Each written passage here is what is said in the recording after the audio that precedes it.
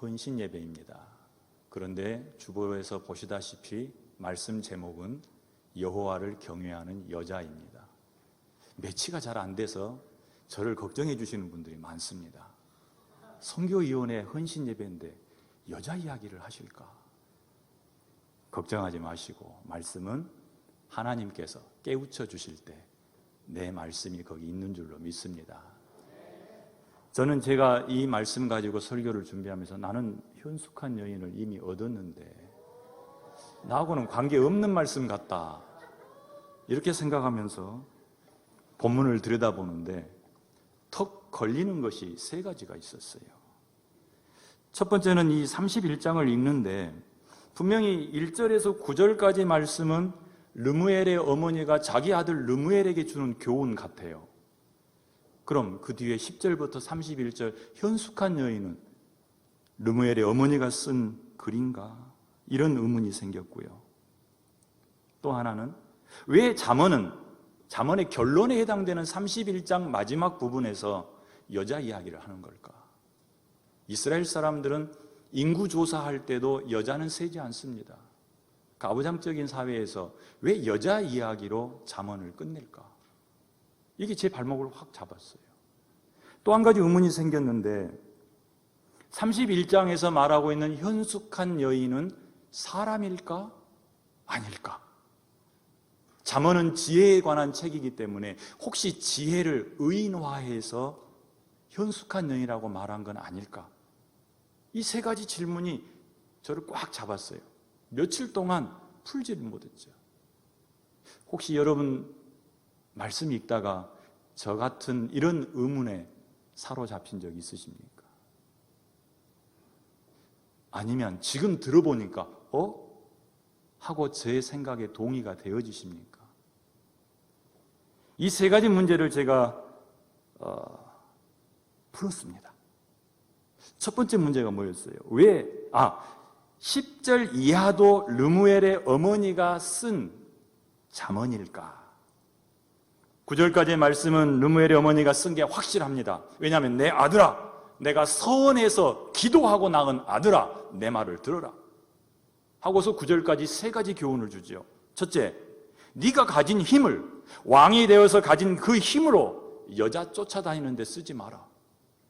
또 이웃나라 왕들과 싸우는 데 쓰지 마라. 두 번째, 나라의 정의를 세우기 위해서라도 너는 술을 가까이 해서는 안 된다. 세 번째, 힘없고 가난한 자들을 위해서 재판하고 그들의 고통을 들어주는 왕이 되어라. 그러면 그 다음이 이어서 네 번째, 너는 현숙한 여인을 찾아라. 이렇게 주어졌을까? 현숙한 여인에 관한 이야기가 10절에서 31절까지 말씀인데 이게 르무엘의 어머니 이야기일까? 왜 이 생각을 하게 됐냐면 화면을 한번 보여주세요. 여러분에게 히브리 성경을 보여드릴게요. 잘 안 보일 거예요. 자세하게 볼 필요도 없어요.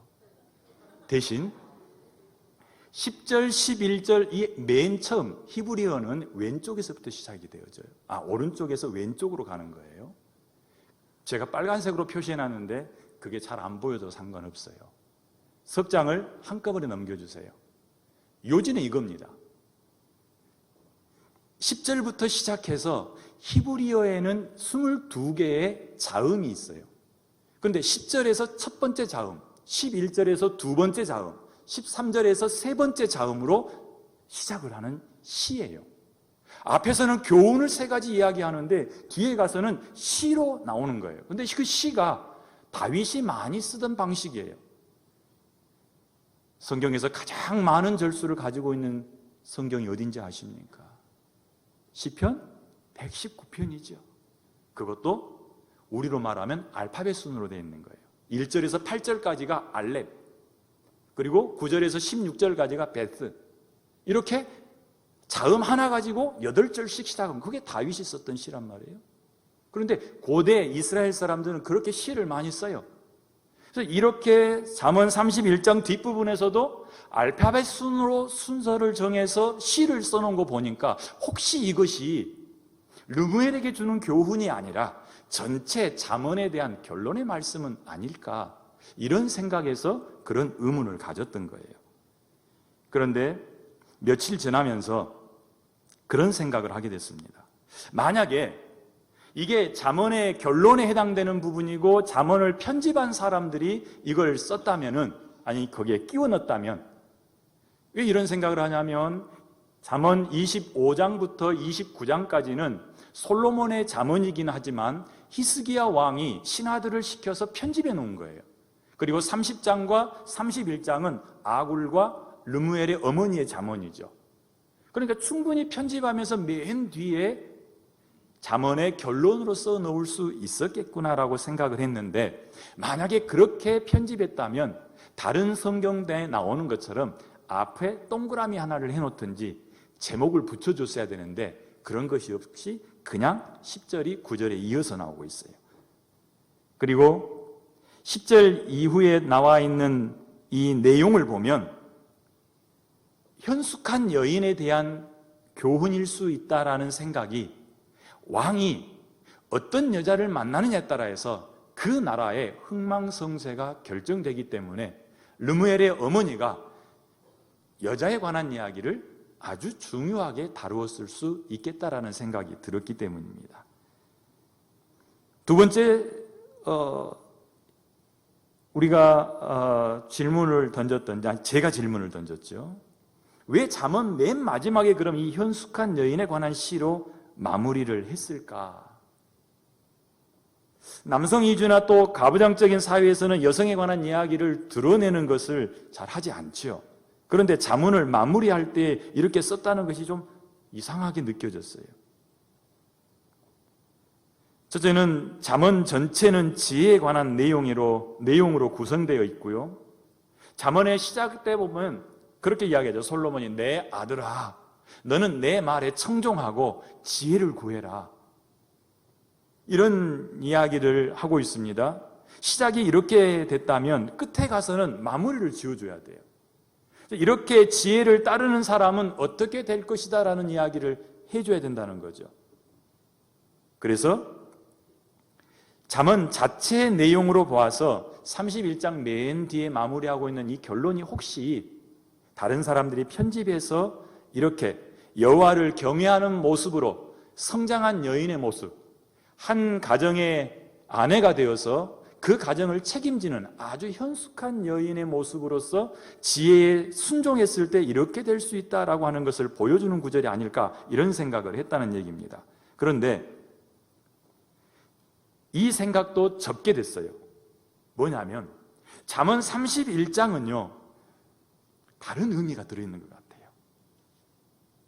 이건 마치 후레시 같다는 생각을 했어요. 후레시가 뭐죠? 어두운 것을 비춰주는 거죠. 잠언 31장을 통해서 현숙한 여인이 어디 있는지를 비춰주는 것이 바로 31장 마지막 부분에 있는 거예요. 이게 현숙한 여인이야 라고 정의를 내린 다음에 이 여자가 여기 있다 라고 말해주는 것 같다는 거죠. 그 얘기를 조금 이따 더 깊숙하게 할 거예요. 왜냐하면 이거는 여러분들이 볼 수 없는 감춰져 있는 비밀 속에 들어있는 거기 때문에 제가 꺼내서 보여드려야 돼요. 자, 기회를 가지고서 쫑긋하고 들으셔야 됩니다. 세 번째, 제가 어떤 의문을 가졌다고요? 사람일까 아닐까? 여러분 읽으면서 그런 생각을 해보셨나요? 현숙한 여인이 어땠어요? 남편의 신임을 받죠. 그리고 사업도 잘해요. 아침 일찍 일어나서 집안 사람들 밥 다 챙겨줘야 돼요. 그것만 하나요? 옷도 지어 입혀야 돼요. 밖에 나가서 사업도 해야 돼요. 이 모든 일을 다 해낼 수 있는 여인이 현숙한 여인이다라고 생각하니까, 아, 이런 여인을 구하려면 어디 가야 될까요? 어디로 가야 돼요? 서영교회. 저는 북유럽에 가서 바이킹 후예 가운데서 찾아야 되지 않을까라고 생각했어요. 혹시나 블레셋 지방에 가서 골리앗 친구들 가운데서 하나 골라와야 이런 일을 해도 아이고 허리야를 안 할 것 같았어요. 현숙한 여인처럼 그렇게 일한다면 이건 사람이 아니라 인조인간 로봇이나, 그렇지 않으면 슈퍼우먼이지 않겠느냐는 생각을. 그래서 차라리 혹시 이것이 지혜를 의인화해서 지혜를 가진 사람들은 이렇게 능력 있다라고 말해주기 위해서 그렇게 의인화하지 않았을까라고 생각을 했던 거예요. 우리 가운데서도 만약에 이렇게 현숙한 여인이 돼야 된다면 여러분 다 뭐 해야 되겠어요? 말씀과 기도로 여러분의 영을 충만하게 만들 뿐만 아니라 날마다 헬스 다니면서 만들어야 돼요. 그렇지 않으면 현숙한 여인에 들어갈 수가 없다는 거죠. 그런데 저희가 얻은 결론은 두 가지 다 포함하고 있다. 이건 사람이고 동시에 지혜를 가져도 그렇게 될 수 있다. 여호와를 경외하는 여자가 되면 그의 삶은 형통해서 마치 여기 나오는 현숙한 여인처럼 자기 앞에 놓여있는 모든 문제들을 하나님이 주시는 지혜로 풀어갈 수 있다.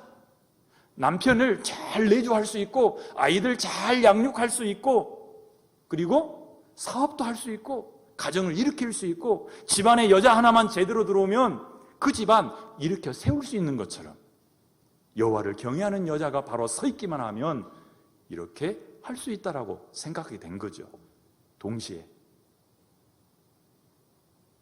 예수 그리스도 안에서 거룩한 삶을 사는 사람은 그의 앞에 형통함으로 무슨 일을 만나도 지혜롭게 처리해낼 수 있는 사람이 될 수 있다는 거죠. 그래서 제가 가진 문제가 사실 문제가 안 됐어요. 아무 문제가 안 됐다고요. 중요한 건 뭐예요? 이 현숙한 여인에 관한 내용이 진짜냐 가짜냐 사람이냐 로봇이냐 이것보다 이 말씀을 통해서 하나님이 우리에게 가르치시기를 원하는 것이 무엇이냐, 그걸 찾는 것이 더욱 중요한 거죠. 여러분이 가지고 있는 하다세 한번 펴보시기를 바랍니다. 38페이지입니다. 하다세 핸드북 38페이지 잠언 31장에 대한 지문이 있습니다. 제가 이 지문을 읽어드리고 이제 설교를 시작하겠습니다. 잠언 31장을 읽으십시오. 이 장은 르무엘 왕의 모친이 아들을 훈계한 내용의 잠언입니다. 29장의 잠언을 기록한 아굴과 30장의 르무엘 왕이 누구인지는 알려지지 않았습니다. 여기 오자 나왔네요. 30장을 기록한 아굴과 31장의 르무엘 왕이 누구인지는 알려지지 않았습니다. 어쨌든 모친은 아들인 왕에게 왕이 마땅히 갖춰야 할 행실에 대해 훈계하고 이어서 참으로 현숙한 여인은 어떠한 여인인지에 대해 말합니다. 오늘날에는 똑똑하고 재능이 뛰어난 여성들이 많습니다. 사회가 비교적 상당히 자유로워져서 여성에게도 배울 기회와 자신의 능력을 발휘할 기회가 전보다 더 많이 주어졌기 때문일 것입니다.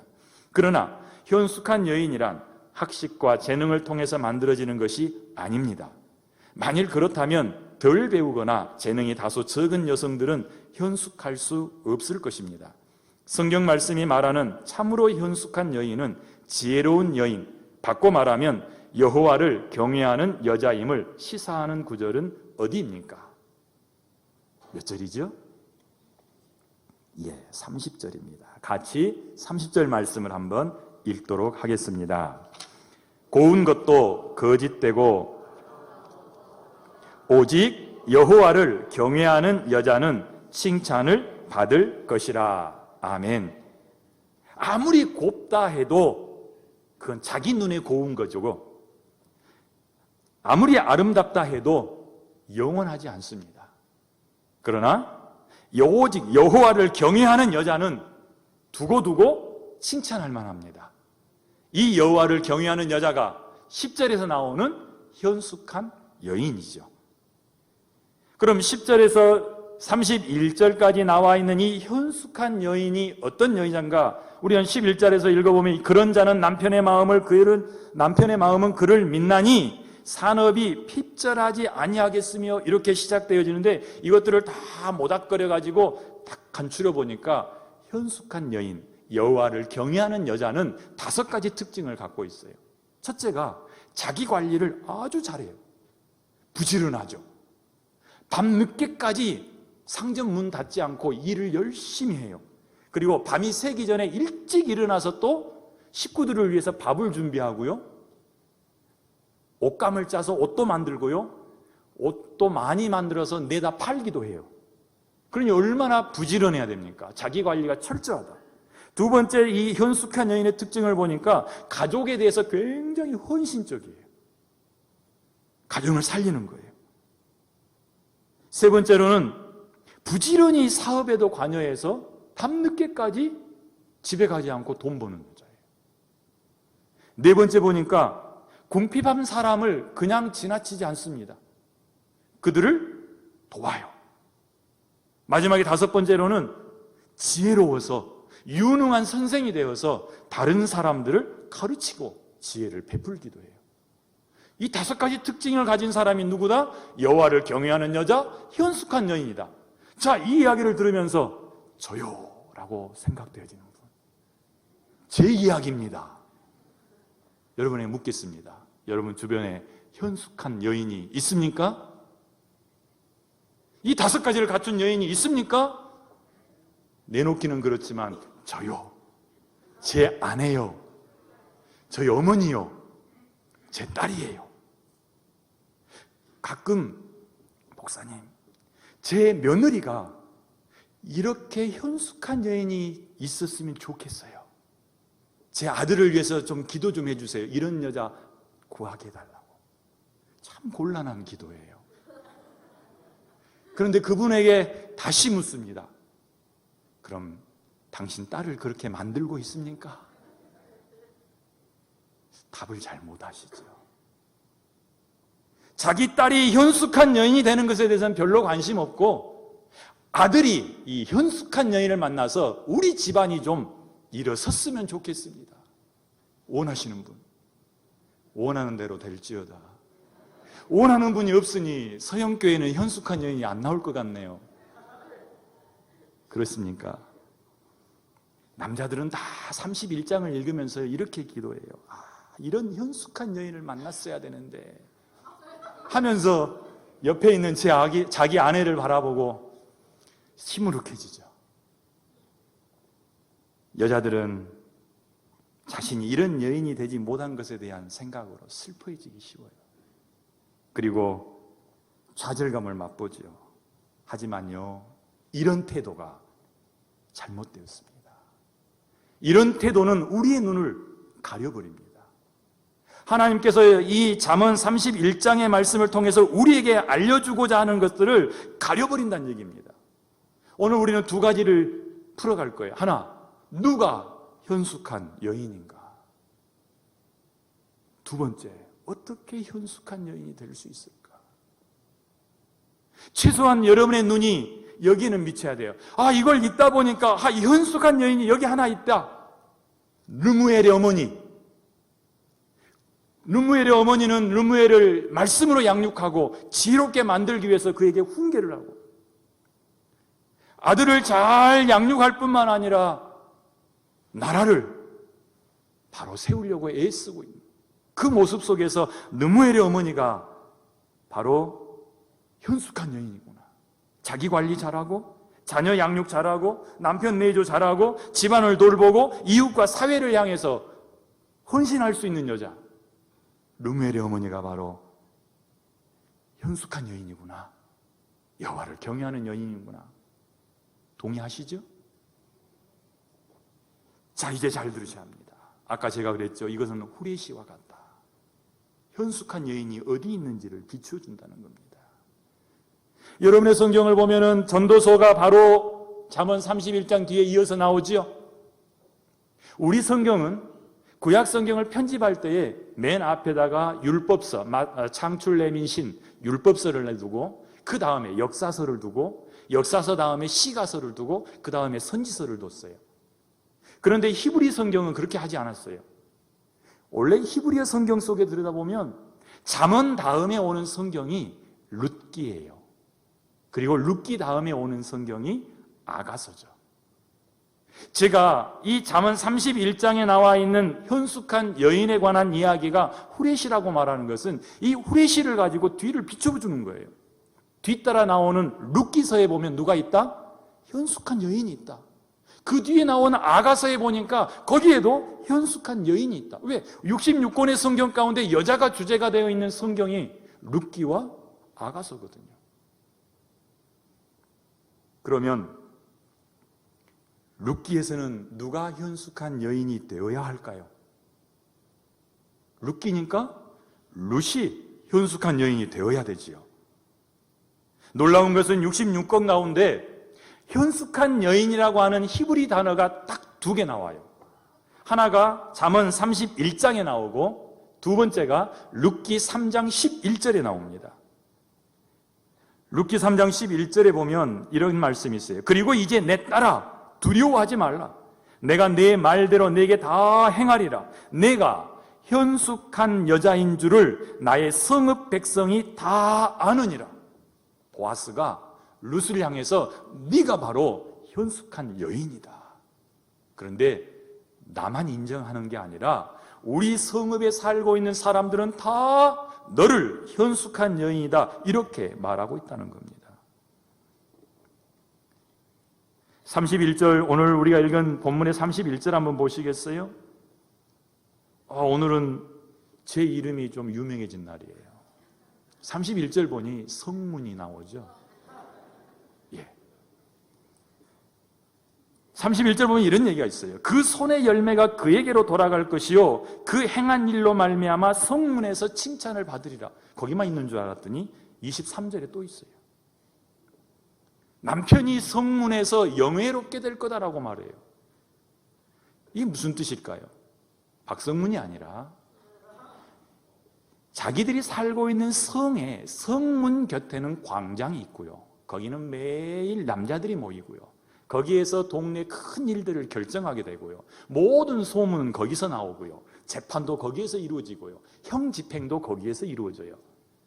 그런데 뭐라고 얘기하냐면 보아스가 룻을 향해서 우리 동네 사람들이 다 네가 현숙한 여자라는 걸 알아. 그 말은 그 동네 밖에 성문 광장에서 그 이야기가 오고 갔다는 얘기입니다.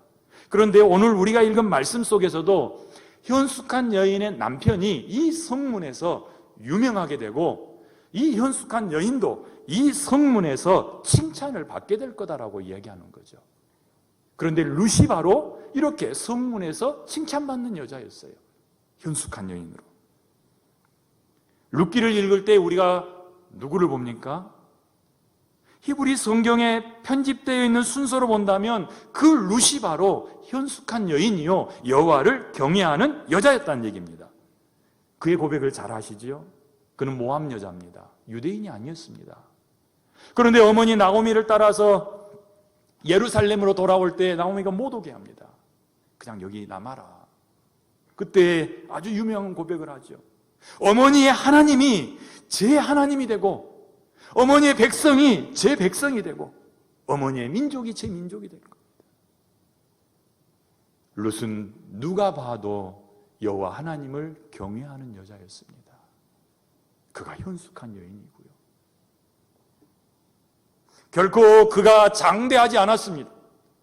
그리고 그가 강하지 않았습니다. 오히려 약했습니다. 그러나 그는 여호와 하나님을 경외하는 여자였고 그는 다윗의 할아버지였던 오벳을 낳았고 예수 그리스도가 오시는 족보를 이어가는 믿음의 여인이었다. 뿐만 아닙니다. 아가서를 보면 또 한 여자가 나오죠. 룻은 모압 여자였지만 아가서에 나오는 술람미 여자는, 이 술람미 여인은 피부가 검은색이었습니다. 흑인이었어요. 아가서는 우리가 잘 알듯이 솔로몬과 술람미 여인의 사랑 이야기를 주제로 다루고 있죠. 그래서 미성년자 구독 불가 이렇게까지 말할 수 있어요. 여러분 아가서 가지고 설교하는 것 들어보신 적 있으십니까? 아가서에는 하나님이라는 단어가 한 번도 나오지 않습니다. 여러분 성경을 들고 한번 보십시오. 아가서의 위치가 어디입니까? 신구약 성경의 분량으로 보면 아가서가 어디에 위치해 있습니까? 중앙에 있어요. 왜 성경의 중앙에 하나님이란 단어가 하나도 없는 성경이 들어가 있을까요? 성경은 하나님이 자기 백성을 향한 사랑 고백 이야기의 책입니다. 맞습니까? 성경 속에는 우리를 향한 하나님의 사랑 이야기가 가득 들어 있습니다. 그러면 한 중간에 있는 책 속에 가장 많이 있을까요? 가장 적게 있을까요? 가장 많이 있어야 맞겠죠. 그런데 희한하게도 한가운데 있는 아가서에는 하나님이란 단어가 없어요. 대신 솔로몬과 술람미 여인의 사랑 이야기만 가득 채워져 있어요. 차마 큰 소리로 읽기 민망할 정도로. 하나님의 사랑을 가장 잘 드러내고 있는 책이 아가서예요.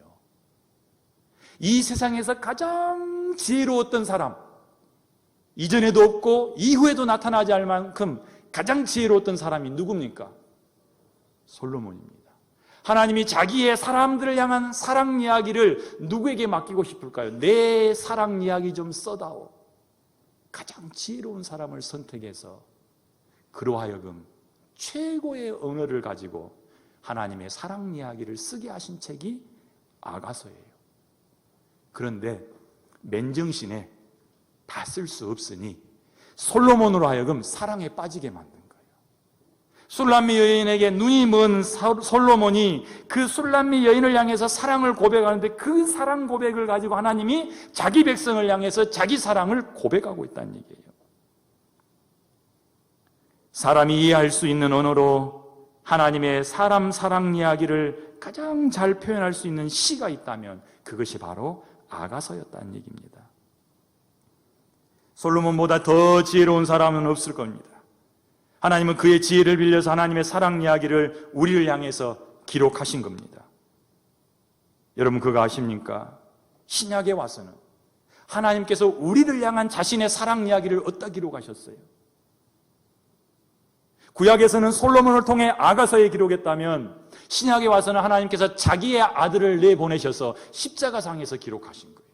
그게 우리를 향한 하나님의 사랑 이야기예요.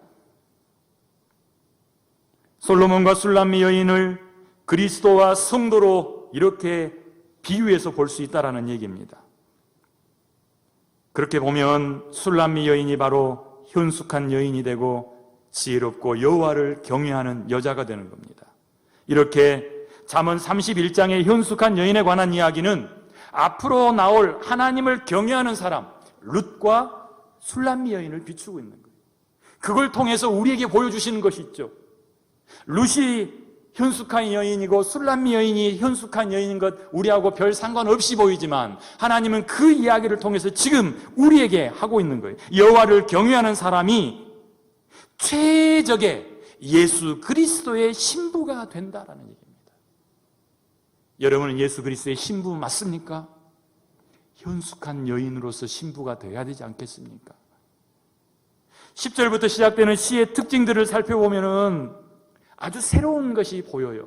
제가 이제 그걸 보여드릴 거예요. 화면을 한번 켜주시죠. 10절과 30절에 현숙한 여인은 곧 누구다? 여호와를 경외하는 여자다 이렇게 표현을 합니다.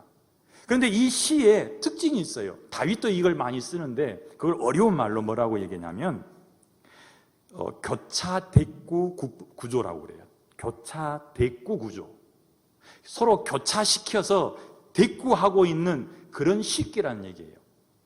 하고 싶은 이야기가 10절과 30절에 분명해요. 현숙한 여인, 여호와를 경외하는 여자. 그럼 이 이야기를 왜 하느냐? 교차하니까 싹 교차한 다음에 대꾸를 시켜보는 거예요. 현숙한 여인, 여호와를 경외하는 여자. 그럼 이게 뭘 드러낼 거냐? 핵심은 23절에 있습니다. 23절 말씀을 함께 같이 읽겠습니다. 시작. 그의 남편은 그 땅의 장로들과 함께 성문에 앉으며 사람들의 인정을 받으며. 아멘. 누구 때문에 그럴까요? 성문에는 누가 앉아요? 동네 어르신들이 다 앉아 있는 거예요. 그런데 그 동네 어르신들 가운데 한 사람으로 앉을 수 있도록 남편을 만들어주는 게 누구예요? 현숙한 여인이에요. 또 있어요. 사람들의 인정을 받는다고요. 누구 때문에 이 남편이 밖에 나가서 장로들과 함께 명예를 얻고 사람들로부터 인정을 받습니까? 누구 때문입니까? 현숙한 여인 때문이에요. 여호와를 경외하는 여자 때문에 남편이 경외를 받는 거예요. 우리가 지금 룻기와 그리고 아가서를 읽으면서 이런 이야기를 했죠. 그 이야기들은 하나님의 자기 사람에 대한 사랑 이야기다. 예수 그리스도가 신랑 되시고 그의 신부된 교회 이야기다. 그러니 교회가 자기의 남편인, 자기의 신랑인 예수 그리스도의 영광을 드러내야 되는 것처럼, 교회 때문에 모든 사람들이 예수 그리스도께 영광을 돌려야 되는 것처럼, 마태복음 5장에서 우리에게 하시는 말씀이 너희의 착한 행실을 보고 하늘에 계신 너희 아버지께 영광을 돌리게 하라라고 하신 말씀처럼, 우리 신부된 성도가 현숙한 여인이 되면 신랑된 예수 그리스도의 영광이 드러나게 될 것이요, 모든 사람이 그를 향해서 역시 하나님이시구나 하고 찬양할 줄로 믿습니다. 지금 잠언 31장에 나와 있는 이 현숙한 여인이 가리키고 있는 이곳이 어디냐면 우리란 얘기입니다. 우리. 현숙한 여자, 여호와를 경외하는 여자는 그 남편을 높이 지켜 세우며 그 남편으로 하여금 사람들로 하여금 인정받게 한다. 거룩한 신부된 교회는 신랑 대신 예수 그리스도의 영광을 드러낸다는 얘기입니다. 무엇을 하든지, 나가서 사업을 하든지, 자기 식구를 잘 보살피든지, 양육을 잘 하든지, 무엇을 하든지 간에 그 하는 일로 뭘 세우는 거예요? 남편을 세워주는 거예요. 우리가 하는 모든 일로 우리의 남편 대신 예수 그리스도가 세워지면 그 사람이 현숙한 여인입니다. 우리가 그 위치에 놓여 있다라는 얘기입니다. 그 다음 절을 한번 보세요. 이걸 어떻게 말을 해요? 10절과 31절이 23절을 딱 비추고 있는데 23절 바로 위에 22절 한번 보세요. 그는 자기를 위하여 아름다운 이불을 지으며 세마포와 자색 옷을 입으며 그랬는데 24절에 보니까 그는 배로 옷을 지어 팔며 띠를 만들어 상인들에게 맡기며 이렇게 말하죠. 이게 교차해서 대꾸하는 거예요. 그러니까 중심은 23절에 있고 이 23절을 강조하기 위해서 양편에다가 똑같은 이야기를 두는 거예요. 표현만 달리하는 거죠. 이게 교차 대꾸 구조라는 거죠. 그래서 22절에는 이불을 짓고 세마포 옷을 입는다라고 말을 하는데 24절 가니까 옷을 짓고 띠를 만들어 판매한다라고 말해요. 다시 올라가서 21절 한번 볼까요? 21절에서는 뭐라고 해요? 21절은 25절과 대꾸가 되겠죠. 자기 집 사람들은 다 홍색 옷을 입었으므로 눈이 와도 그는 자기 집 사람들을 위하여 염려하지 않는다. 이렇게 21절에서 말하는데 25절에서는 뭐라고 이야기합니까? 능력과 존귀로 옷을 삼고 후의를 웃으며 두려워하지 않는다는, 후의를 웃는다는 건 두려워하지 않는다는 얘기죠. 그게 다른 표현으로 대꾸를 하는 거예요. 자, 그림을 계속 보여줘 보세요. 21절과 25절, 그 다음에 또요, 또 21절과 25절 뒷부분이죠. 그 다음에 20절과 26절, 19절과 27절, 또 앞에 11절, 12절과 28, 29절 이렇게 대꾸가 되는 거예요. 쑥 들어갔다가 다시 나오는 구조라는 거예요. 그런데 이게 강조하고 있는 것이 뭐냐면 나를 가리키는 거예요. 네가 네 남편을 영화롭게 할 거다.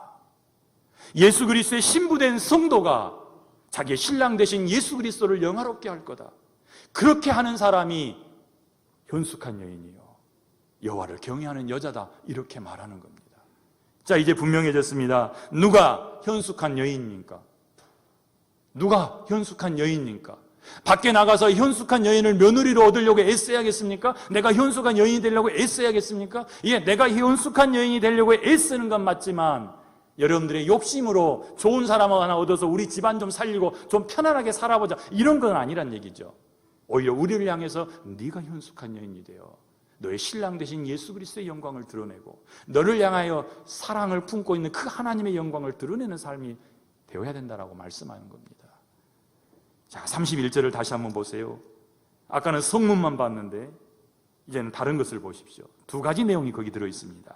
하나는 그 손의 열매가 그에게로 돌아갈 것이요, 또 하나는 성문에서 칭찬을 받으리라라고 말합니다.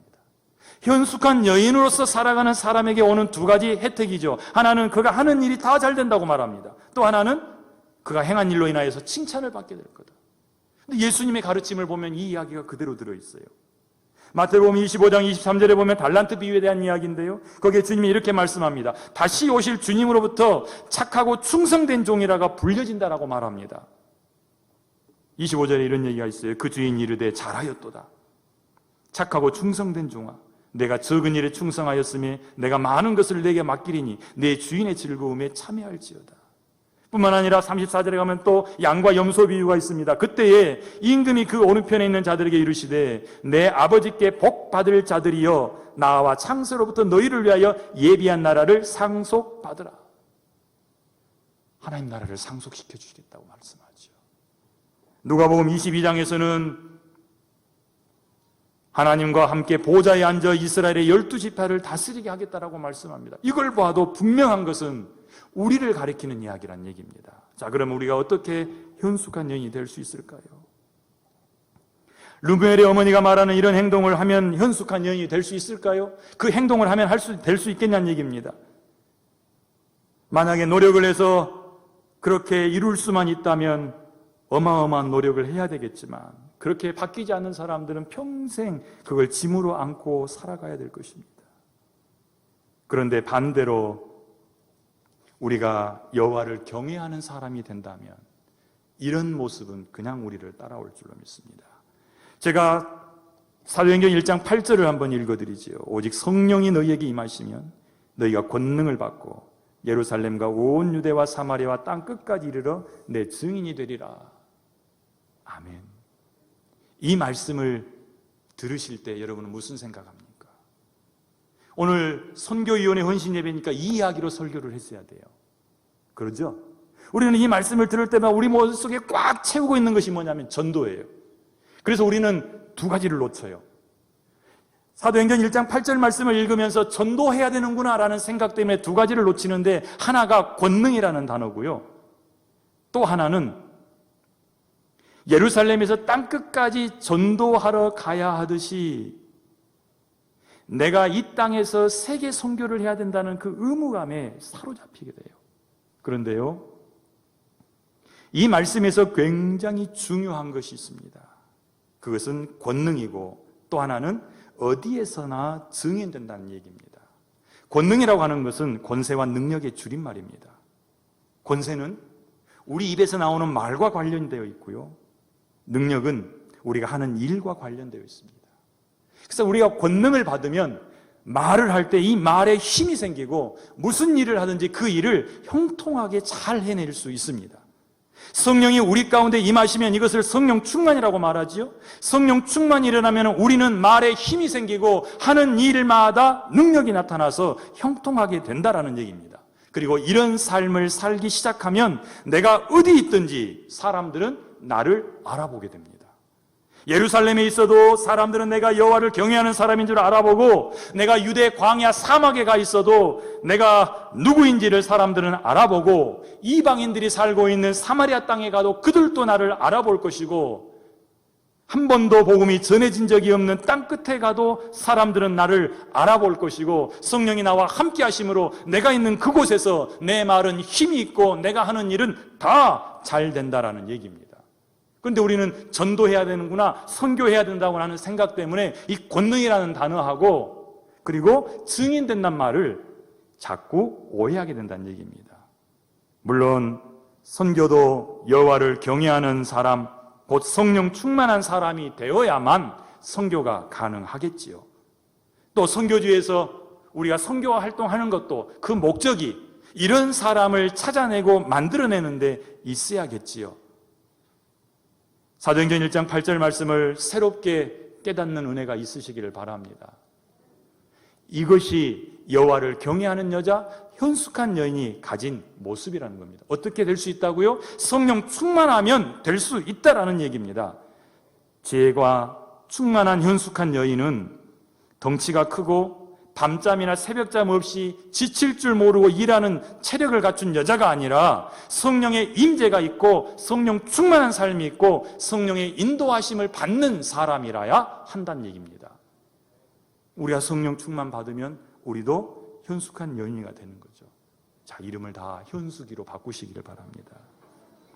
현숙이가 되면 여호수아처럼 살게 될 거예요. 혹시 현숙이 계십니까? 여호수아서 1장을 보십시오. 모세가 죽고 나자 하나님께서 여호수아에게 나타나서 하시는 말씀입니다. 오직 너는 강하고 극히 담대하여 나의 종 모세가 네게 명령한 그 율법을 다 지켜 행하고 우로나 좌로나 치우치지 말라. 그리하면 너 어디로 가든지 형통하리니 이 율법책을 내 입에서 떠나지 말게 하며 주야로 그것을 묵상하여 그 안에 기록된 대로 다 지켜 행하라. 그리하면 내 길이 평탄하게 될 것이며 내가 형통하리라. 하나님의 말씀을 붙잡고 여호와를 경외하는 사람이 되면 여호수아에게 약속하신 이 형통의 약속이 주어진다는 얘기입니다. 우리의 생각이 달라지고 말이 달라지고 습관이 달라지고 결국 성품이 바뀌어서 우리는 형통한 사람이 되는 것입니다. 이 형통한 삶을 사는 사람, 그 사람은 어떤 환경에서도 굴하지 않고 인내하고 극복해낼 줄 아는 능력자가 될 줄로 믿습니다. 남자든 여자든 이렇게 현숙이가 될 수만 있다면 그의 삶 가운데 나타나는 모든 문제 앞에서 견뎌낼 수 있고 이겨낼 수 있고 형통한 삶이 된다라는 이야기입니다. 잊지 마십시오. 우리가 능력자가 되려고 애쓰면 애쓸수록 실패할 수밖에 없습니다. 그러나 여호와를 경외하는 사람이 되면 우리는 능력을 행하는 사람이 될 줄로 믿습니다. 여호와를 경외할 때에 우리 가운데 변화가 일어나고 게을렀던 사람이 부지런해지고 미련했던 사람이 지혜로워지고 약했던 사람이 강해질 줄로 믿습니다. 뿐만 아니라 이웃에게도 유익한 사람이 되겠죠. 그러므로 우리는 먼저 거룩한 여자가 되기 위해서 예수 그리스도의 거룩한 신부가 되기 위해서 힘쓰고 그걸 혼자 할 수 없기에 은혜밖에 없습니다. 주님밖에 없습니다. 주님 오늘도 나를 불쌍히 여겨 주십시오라고 기도해야 하는 겁니다. 우리가 하닷새를 향해서도 하나님의 도우심 없이는 아무것도 할 수 없습니다라고 고백하는 것이고 선교위원회에 헌신 예배를 드리면서도 주의 은혜 아니면 나는 아무것도 아니요 주의 은혜 아니면 아무것도 할 수 없습니다. 고백하는 것입니다. 여러분의 삶 속에서도 마찬가지고요. 말씀이 길어지긴 했습니다. 오늘 이 말씀을 통해서 새로운 생각으로 무장되어질 수 있기를 바랍니다. 그리고 새롭게 기도하시고 모두 다 현수기가 되시기를 바랍니다.